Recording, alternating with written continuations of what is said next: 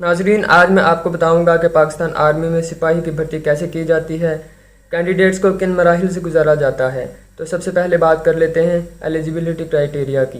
Pakistan army में सिपाही की भर्ती के लिए आपकी तालीम कम अज़ कम मैट्रिक होनी चाहिए, आपकी हाइट 162 सेंटीमीटर होनी चाहिए और आपकी एज 17 से 23 साल के दरमियान होनी चाहिए। इसके अलावा आपका कोई क्रिमिनल रिकॉर्ड ना हो और आपको किसी भी इदारे से डिसिप्लिन की बुनियाद पर ना निकाला गया हो।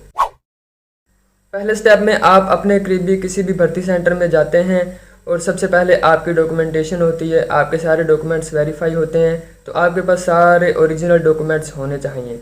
उसके बाद आपके हाइट, वेट और चेस्ट की मेजरमेंट की जाती है। उसके बाद आपका एक इनिशियल मेडिकल किया जाता है जिसमें फ्लैट फुट, नॉकिंग नीज और आपकी एल्बो के एंगल्स चेक किए जाते हैं। इनिशियल मेडिकल के बाद आपको एक रोल नंबर अलॉट होता है और इसी रोल नंबर की बेस पर आपका सारा प्रोसेस होना होता है। इनिशियल मेडिकल के बाद आपको एक एग्ज़ाम हॉल में लेके जाया जाता है जहां पर आपका एग्ज़ाम होता है। एग्ज़ाम में आपके 3 टेस्ट होते हैं।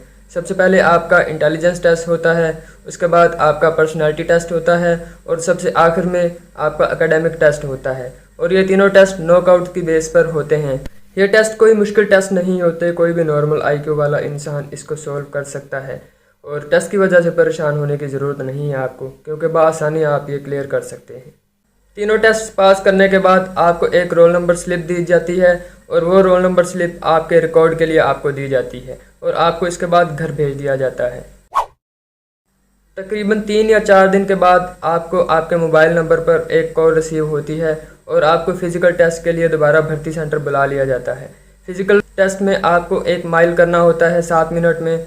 आपको एटलीस्ट कम अज़ कम 12 चिनअप्स निकालने होते हैं जिसके आपको 5 में से 4 मार्क्स मिलते हैं और आपको पुशअप्स और सिटअप्स भी करने होते हैं।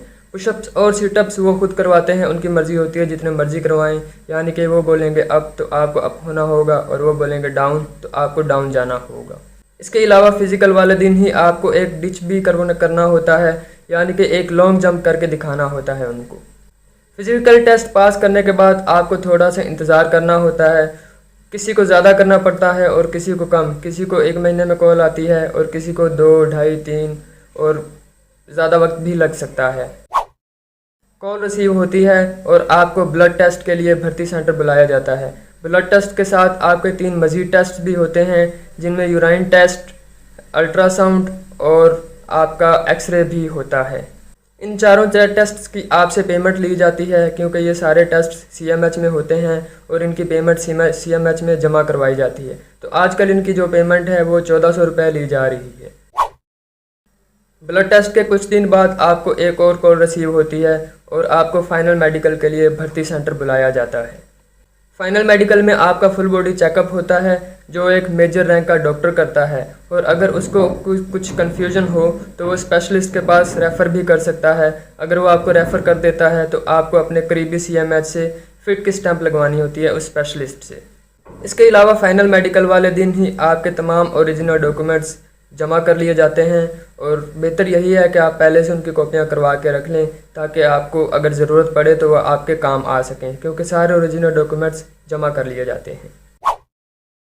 फाइनल मेडिकल के कुछ दिन बाद आपको एक और कॉल रिसीव होती है और आपको कहा जाता है कि आप अपने ज़िला का एक बंदा लेके आएंगे और वो बंदा भर्ती सेंटर में आकर आपकी ज़मानत दर्ज करवाता है और तकरीबन 70% चांसेस होते हैं कि आपको वहीं पे लेटर इशू कर दिया जाए। लेकिन अगर ना भी किया जाए तो कुछ दिन बाद आपको एक और कॉल रिसीव होती है और आपको कहा जाता है कि आप आके अपना लेटर ले सकते हैं। लेटर पर दर्ज तारीख के मुताबिक आपको ट्रेनिंग सेंटर पहुंचना होता है और वहां से शुरू होती है आपकी पाकिस्तान आर्मी में जर्नी। इसके अलावा एक ज़रूरी बात यह है कि जब आप पहले दिन भर्ती सेंटर अप्लाई करने के लिए जाते हैं तो बहुत ज़्यादा सज संवर कर या तैयार होकर जाने की ज़रूरत नहीं है। एक सादा से हुलिये में कोई भी ट्राउज़र शर्ट पहनकर आप जा सकते हैं।